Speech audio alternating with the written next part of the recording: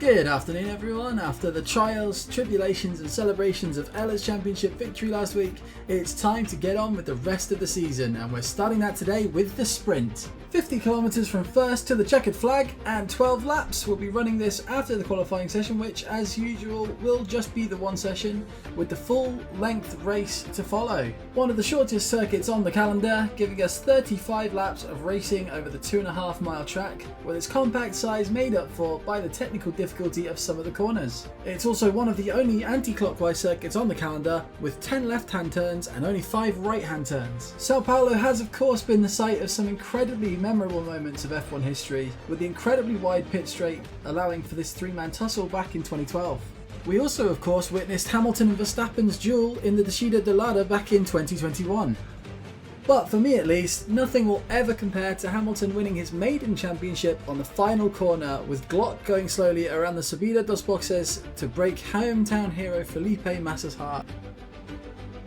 Hoping to avoid more heartbreak of their own will be Robert and Gemma of Aston Martin, who will be focused squarely on the Constructors' Championship after losing last week's disappointing Grand Prix for Ferrari, which of course handed Ella the championship.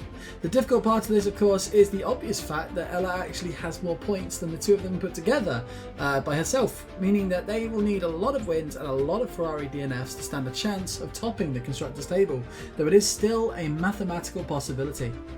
Lang goes into this race knowing that a couple more solid results and a couple of more dynamite no-shows could mean him leapfrogging up into 4th, though he sits a very similar distance away from Adams in 6th.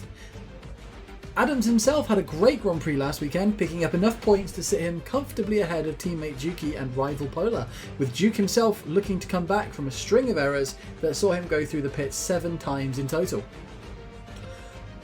Pola and Pai are pushing hard to try to catch up with McLaren in the standings, with Pola's almost immediate DNF last weekend the last thing that their team needed. Pai managed to keep ahead of Brissinger, closing in on him in 9th and managing to overtake Echo in the process. The Mercedes cars have suffered a spate of DNSs recently, and it remains to be seen whether this will continue. But one thing is for sure, they're suffering for it in the standings.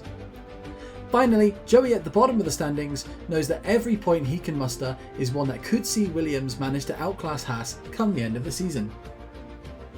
With that, it is almost time for us to get underway. I will pass you once more on to actual Juki, who is going to be live streaming the entire event from his first person. Good luck everyone.